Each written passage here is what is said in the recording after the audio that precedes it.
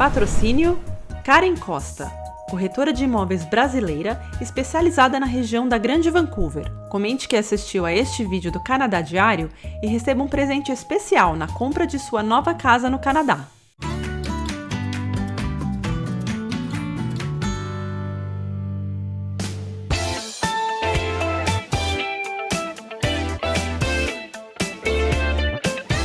Olá, meus queridos! Mais vídeo da casa nova, o pessoal pede, quer saber mais, quer conhecer mais. Hoje teremos um vídeo especialíssimo. O vídeo foi gravado antes da gente receber a casa, foi a inspeção. Foi quando o técnico foi lá verificar junto com a Karen, nossa corretora, e o técnico viu a casa inteira, viu todos os problemas, procurou em detalhes tudo que tinha lá e depois passou pra gente um relatório. E esse vídeo você vai ver ele explicando algumas das coisas que ele encontrou, algumas das coisas que ele achou que poderia melhorar, ou coisas que a gente não precisaria se preocupar. Então ele vai mostrar tudo em detalhes. E no vídeo eu tô filmando junto com a Karen Costa, que também participou de toda a inspeção, de todo o processo. A casa ainda estava com as mobílias da moradora antiga. Então a gente vai ver aquela bagunça toda, inclusive a garagem nem dá para entrar. Vale a pena pelas informações que ele passa, é muita curiosidade interessante e eu acho que vocês vão gostar. O vídeo é todo em inglês, obviamente, tem a legenda automática do YouTube, porém eu recomendo que você assista sem legendas, porque até vai ser bom para você treinar o inglês. Então vale a pena. Vamos lá, sem delongas, vamos para a inspeção da casa que a gente comprou. Just as a general overview, I actually found the home to be in pretty good condition.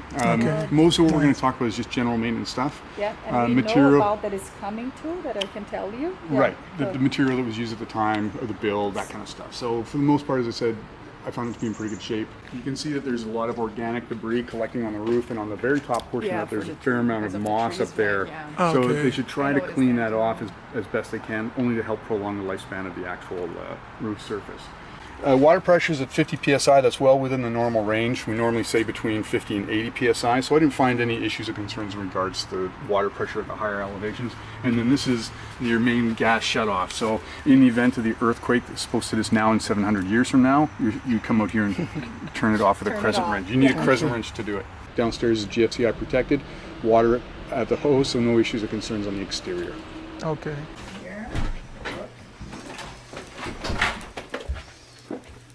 Difficult to see here. Obviously, yeah. Yeah. I can't inspect this just based on the amount of excessive clutter. And I couldn't find the remote or start button for the garage. I looked high and low. If you guys see it, please shout out. But I looked and looked and I couldn't see it. So what I'll say in the report is just make sure it's operating prior to possession, so they can take a picture or something. But when you have this, We can't see. much stuff in the Probably, yeah, they don't use it, no, not at all. right? Yeah. Yeah, but we want to make sure it's working before we Okay. take possession.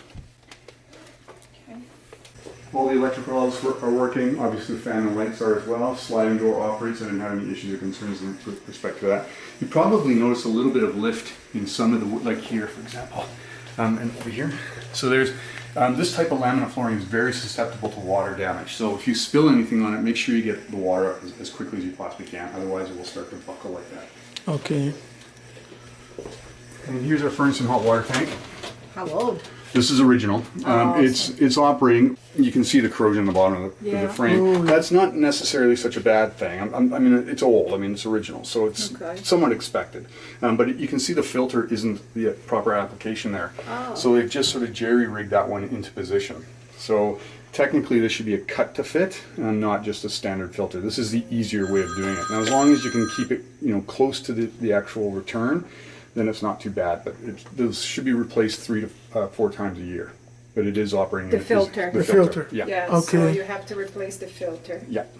So either you go back to the original format, which was a cut to fit one, you'd have to cut it yourself, or you can continue on with this, but just make sure it is actually up against the turn here. So it should sit as tightly to it like that. So even if you put something here, like just press something up against it so it was tight fit, not like this. Okay. Should be fixed. Okay. Yeah.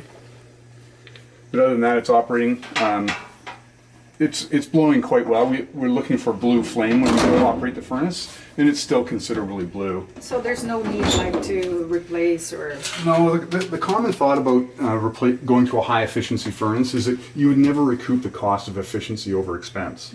Okay. So by the time, if they're $7,000, this will probably last longer, to tell you the truth, and they're easier to repair. So that's the other thing with a high efficiency furnace. It's basically plug and play. It's a module that they put in and put out, and that's it. There's no replacing the motor. There's no replacing this or that. So this one is easier to maintain. Easier to maintain and not as efficient, but again, when you weigh out the cost, it's not worth it.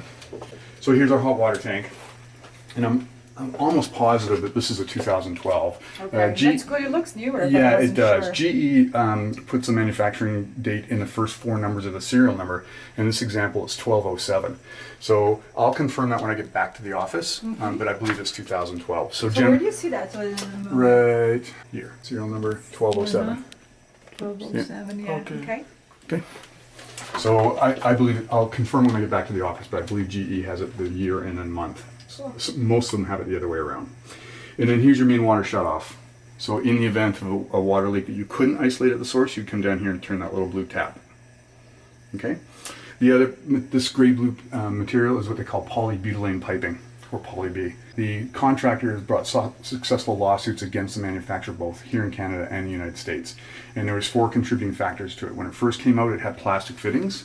High chlorine rate in the water, which we don't have, high temperature, so on a circulating boiler, for example, and then manufacturer error. So if the manufacturer didn't follow the recipe exactly, they would sometimes have failures. This does have the plastic fittings. This is it here. Okay, so some home insurance providers may not cover you. Some insurance providers may charge you a little bit more, and some home insurance providers won't care. So just so you're aware. And it's found throughout the entire home. Closet, storage barn.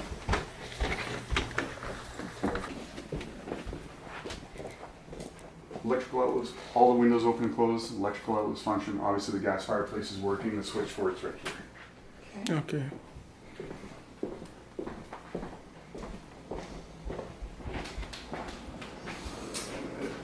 Any outlet within 3 feet of a water source should be GFCI protected. These 2 are not, and that's just based on the age of the home. The code changed in 2004.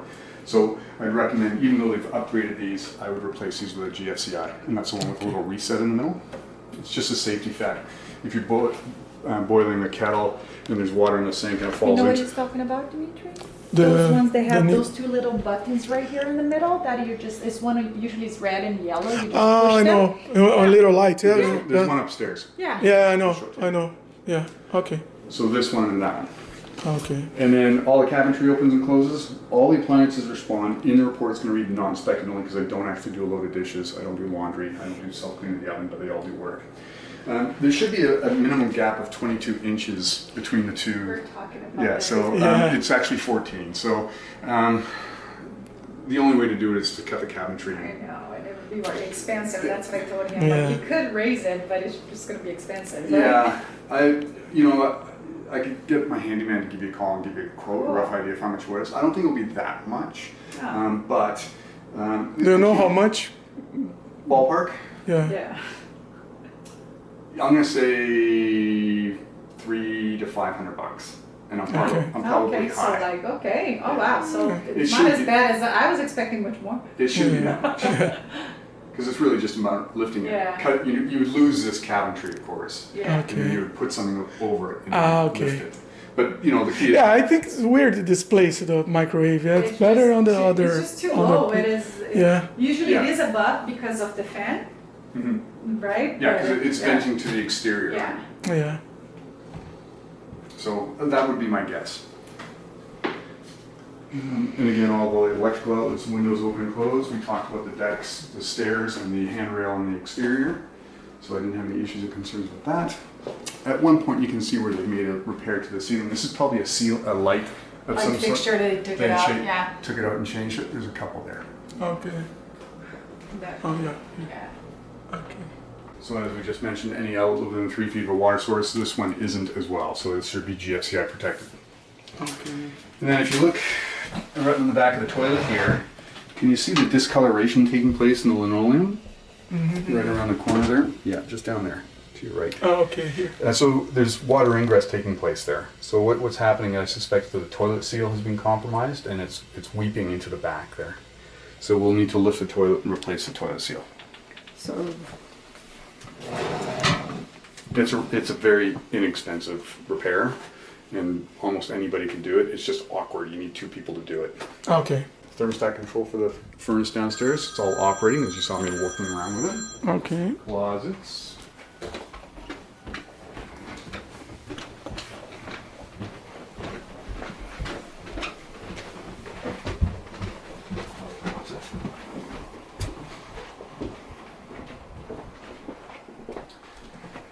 Can you see the slight, there's mechanical damage here, slightly raised in this area. And so if the window is being closed and condensation is building up and it starts collecting on the sill, it will deform the actual sill itself. So I would just sand this down. He's just painted over top of it just like he did at the door. Great job, Lily. yeah. So other than that, the windows all open and close, and find any issues or concerns as far as compromised window seals or otherwise. And obviously the fan's working.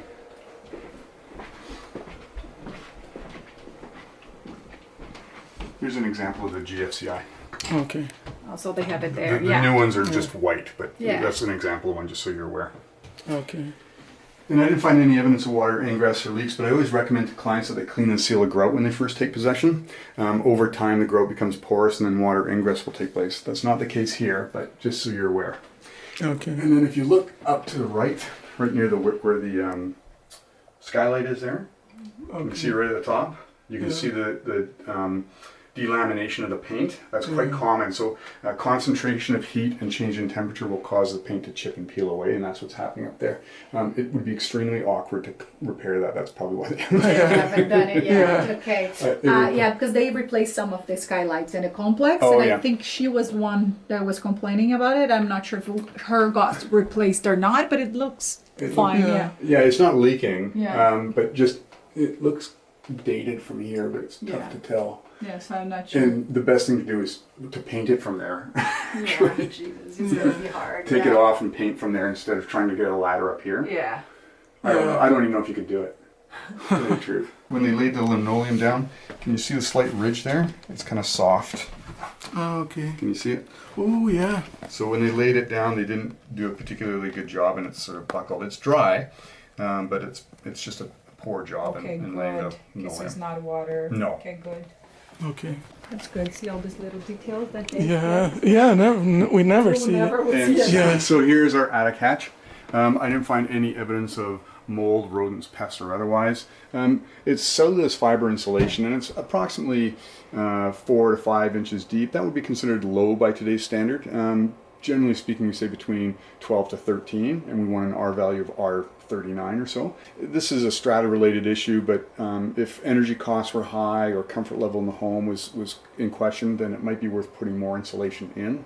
If they do that, then they may have to increase the ventilation. There's a formula between the two. So just, again, I'm being a bit picky, but just so you're aware that they could benefit by putting some more insulation in the actual attic space.